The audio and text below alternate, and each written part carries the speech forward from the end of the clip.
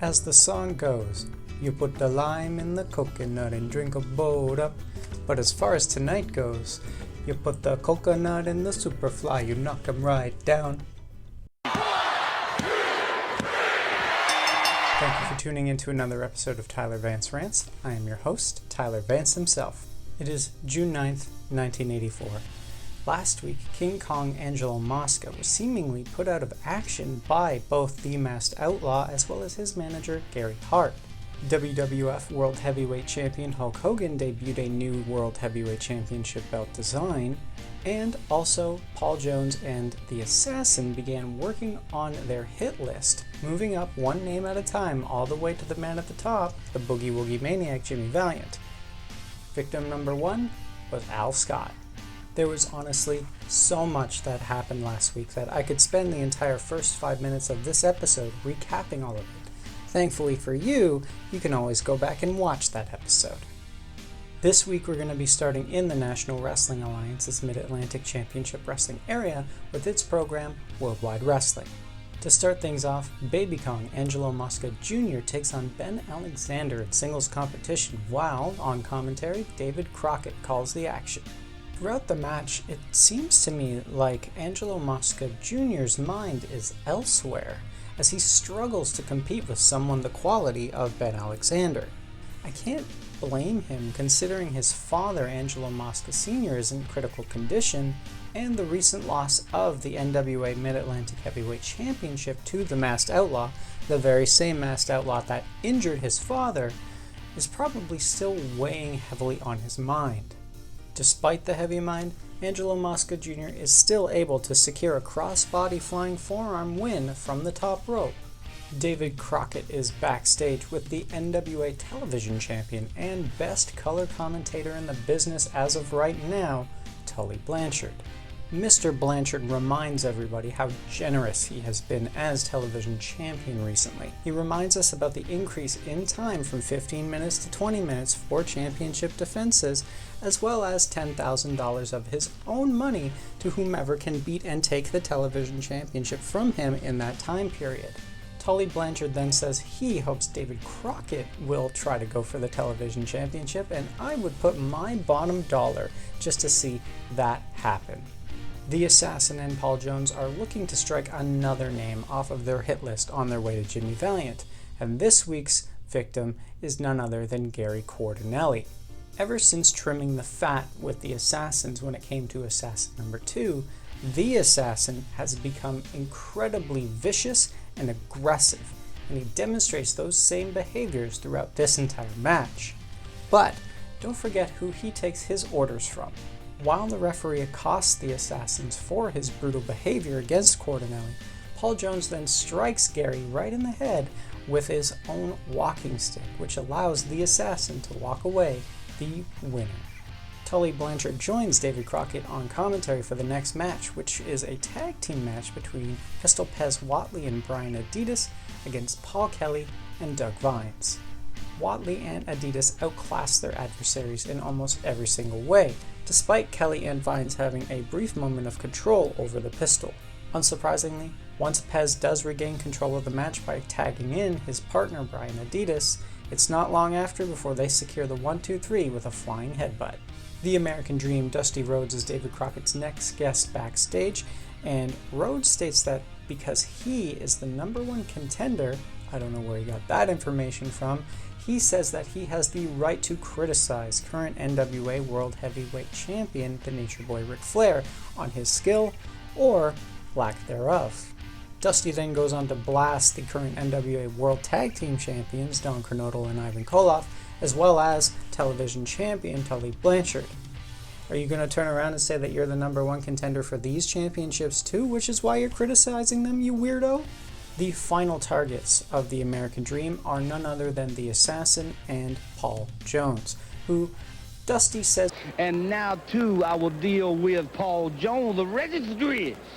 Your name second me in a second, gonna beat you up. We're gonna catch you in the alley. We're gonna catch you in the desert. We're gonna catch you somewhere where you can't find it. Okay, Dusty, that's a bit too extreme and maybe goes into the realm of kidnapping/murder rather than professional wrestling.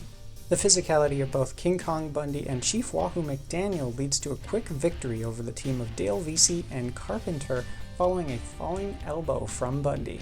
Have you had enough of Paul Jones and the Assassin? Well, if so, you are out of luck because they are David Crockett's next guests backstage. Jones brings out the hit list and says that due to recent comments made, he and the Assassin have added another name to their hit list, the American Dream, Dusty Rhodes. This is all thanks to you sticking your nose into business that doesn't belong to you, as well as pointing fingers and criticizing people that don't even think about who you are. As a result, the American Dream Dusty Rhodes has secured his spot on the list right under Jimmy Valiant as number 2. See, Dream, I always told you that your opinions were crap. The NWA Mid-Atlantic Heavyweight Champion, the Masked Outlaw, takes on Gene Ligon in a non-title match next.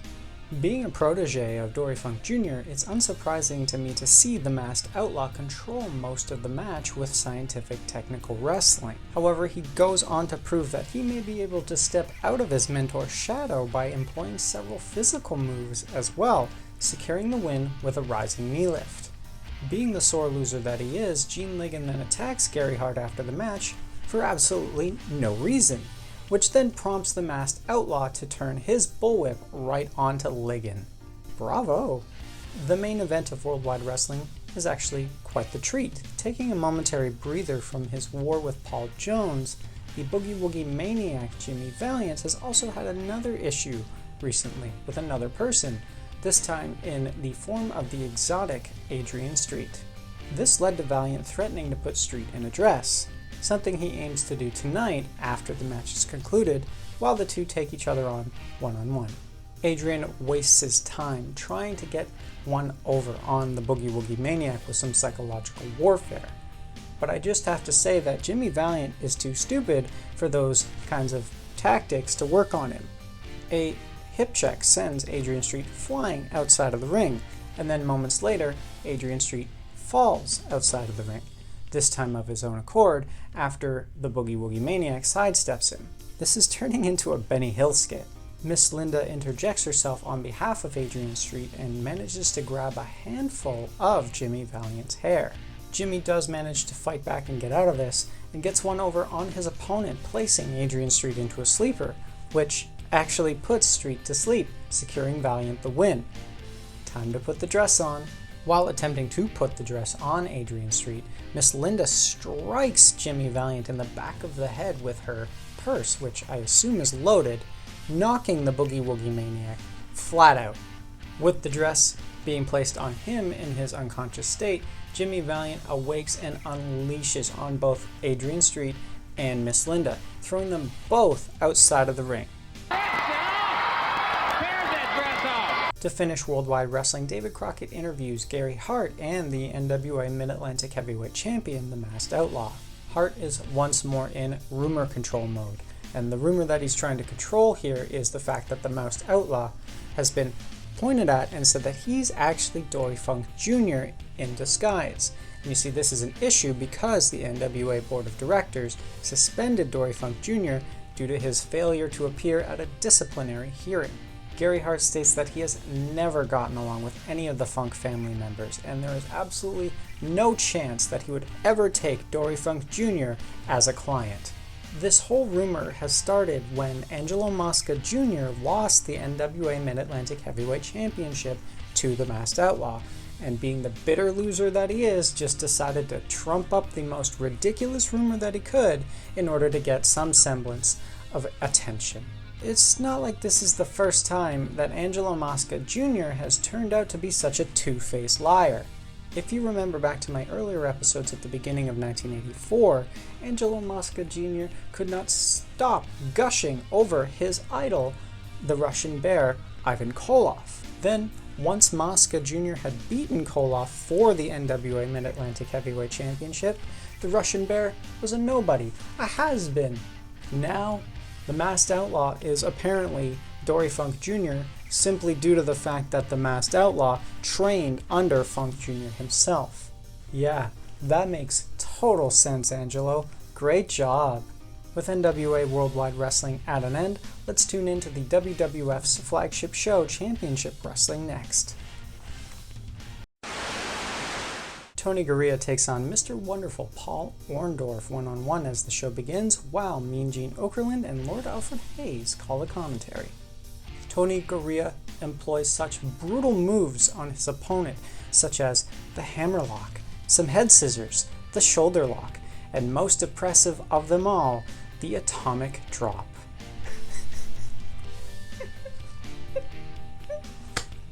Orndorff secures the win by reversing the Kiwi's small package into one of his own.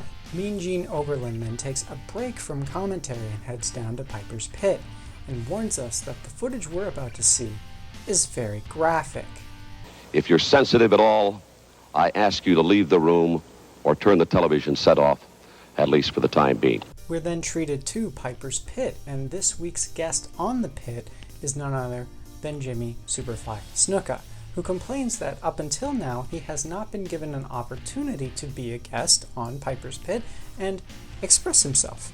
So Roddy Piper hands him the microphone. I'll tell you what, man. Here you go. Take the little microphone. There you go. There you go. Put it in the little greasy paws. Wow, Roddy Piper is really pulling out all the stops for his guest this week. Cut yourself a pineapple. Want you feel at home. Want you feel like the Fiji Islands. What do you want? You want bananas? You want to talk? Go ahead and talk, huh? Jimmy stands by like the mook that he is, while Hot Rod unveils one final gift for the guest that he has this week. What do you want? You want coconuts. Here I went. I got your coconuts. Just like, there you go. The only thing I didn't get a tree for you to climb up and down like a monkey. While this is happening, Snuka stands there and dumbly asks, Make fun of me. Am I making fun of you? Whoa. No, sir. No, sir. No, sir. whoa, that had to hurt. After slamming the coconut right into Snuka's head, Piper then destroys the set before verbally lashing out at the downed Superfly before whipping him with his own belt. Get up! Come on, boy! Get up! Come on, boy! When Jimmy Snuka finally manages to get himself back up to his feet, he screams like a banshee before beelining it for Roddy Piper, only to have the door slammed in his face. You're such a loser. That couldn't have been better if it were scripted. And we return to Mean Gene Okerlund, who is still on the rebuilt set of Piper's Pit, but he has now brought out the WWF Intercontinental Champion Tito Santana. Why? Unsurprisingly, both Okerlund and Santana condemn the Scotsman's actions against Jimmy Snuka. Tito takes it a step further, referencing the time that he was on Piper's Pit and also was insulted by the host. You're still upset about that, huh? Well, here's something, Tito. Why don't you do something about it instead of whining and crying like a little baby? In the next match, Special Delivery Jones welcomes back a very flamboyant personality to the WWF in the form of Jesse the Body Ventura. Ventura had spent some time recently over in the American Wrestling Association and has returned now to a much different WWF than what he was used to. I wonder how voters would have felt if they'd shown up to the polls only to see that Governor the Body Ventura was dressed the way that he was back in 1984. If you personally ask me, he should have been. He most probably would have still been governor to this day. The Body easily controls the first part of the match, utilizing a series of holds to wear the big chunk of meat that is Special Delivery Jones down. A combination of a reverse atomic drop into a falling elbow secures Ventura his first win since returning. Like the sore loser that I know him to be, Jones tries to rush the Body after the match, but doesn't even manage to do that right. Piper's Pit is happening again, and this time the guest is Captain Lou Albano, who awards the host of Piper's Pit, Roddy Piper, with a Wrestling Award of Excellence. Award of Achievement to Roddy Piper. Oh, that's wonderful. Dave Wolf, the supposed and self-proclaimed real manager of Cyndi Lauper, is nowhere to be seen. And of course, his promise of bringing Cyndi Lauper this week onto Piper's Pit was a big fat lie. See, you can't trust people that look like cab drivers. Roddy Piper has had enough of the hoo-ha back and forth of who actually manages Cyndi Lauper, so Hot Rod took it upon himself to reach out to his own Hollywood contacts and promises that 100% next week there will be an appearance of Cyndi Lauper. Now, if it's coming from the mouth of Roddy Piper himself, you know that that is a promise you can take right to the bank. The Iron Sheik is once more doing battle with the Cobra Corps, and this week he's taking on Cobra Corps Commando Sergeant Terry Daniels one-on-one. According to Gene Okerlund on commentary, Sergeant Slaughter was supposed to be here in Sergeant Daniels' corner. However, he seems to have had some travel delays. Well, that's very interesting because I've never heard that excuse coming from someone the likes of Ayatollah Blasi. To his credit, Terry Daniels knows how to mat wrestle and spends the early moments of the match frustrating the former Olympian and WWF World Heavyweight Champion. Sergeant Slaughter finally arrives, and instead of heading down to the ring and, managing, he simply stands at the curtain and watches from afar. Dude, you're not even going to take responsibility for the fact that you're late? You're just going to stand near the entrance and hope that nobody sees you? Pathetic. The Iron Sheik is just incensed at this whole situation, and so he makes it his objective to ensure that Sergeant Terry Daniels is as humiliated as possible. He does this by slapping, spitting, tossing Sergeant Daniels around like garbage. All the while, the Cobra Corps Commandant stands up by the entrance and does absolutely nothing to help out his subordinate. Way to lead by example, Sarge. The Iron Sheik heads up to the top rope, and then, and only then, does Sergeant Slaughter stop watching and become actively involved. And embarrassing. Wait a minute, hold on. Oh! Sergeant Slaughter is in. This, of course, gets Terry Daniels disqualified. And so it makes me ask the question, what is Sergeant Slaughter's goal here? Because to me it looks like he's trying to make his subordinate's career flop as hard as it can, in which case Sergeant Slaughter is well on the road to success. The main event of WWF Championship Wrestling sees Cowboy Bob Orton take on Mr. Italy himself in Salvatore Bellomo. I remember back in early 1983 when Salvatore Bellomo was promoted to be this big, huge next Italian star to replace Bruno Sammartino. Now, he's just a loser. A prime example of this is when Orton dodges Bellomo, who flies through the ropes and outside of the ring right into the steel barricade. Once back in the ring, Orton firmly puts Salvatore back into the losers column following a suplex into a body slam. And that's the week. In the NWA, Paul Jones and the Assassin continued working their way up the hit list with name number 2, Gary Quartinelli, while also adding another name to the hit list after the American Dream Dusty Rhodes began a verbal tirade against the duo, resulting in him being added to the list right under the top spot. Jimmy Valiant, the rivalry between the Boogie Woogie Maniac himself, Jimmy Valiant, as well as the self-proclaimed exotic Adrian Street, seemed to come to an end, except the tables were turned, with Valiant being placed in the dress he vowed to put Street in. While in the WWF, Roddy Piper had everyone talking about his actions on Piper's Pit against Jimmy Superfly Snuka. You have to look at it from Roddy Piper's perspective. Every week you bring on different guests, and each of these guests has their own personalities. But then you get somebody like Jimmy Superfly Snuka, who has been complaining, crying, whining that he hasn't been given an opportunity to speak his mind yet. Then when he's on the show, all Jimmy Snuka does is sit there like an idiot before asking Roddy Piper if he's being made fun of. Yeah, he was making fun of you, you idiot. You aren't special, Superfly. A lot of people want to be on Piper's Pit. This show can make you a star. You are already a star. You were named 1983 WWF Wrestler of the Year, for goodness sakes. What more do you want? With this in mind, I totally understand why Roddy Piper flew off the handle the way that he did. Not only was Hot Rod living up to the reputation that preceded him with being uncontrollable, unpredictable, but he was also making history while at it. It was the coconut heard round the world.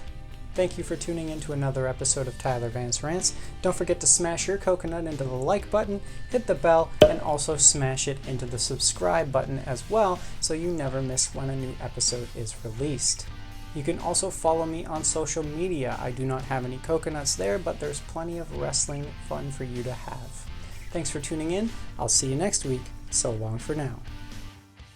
Reminding us about the up crease. Even so, Kelly and Vines.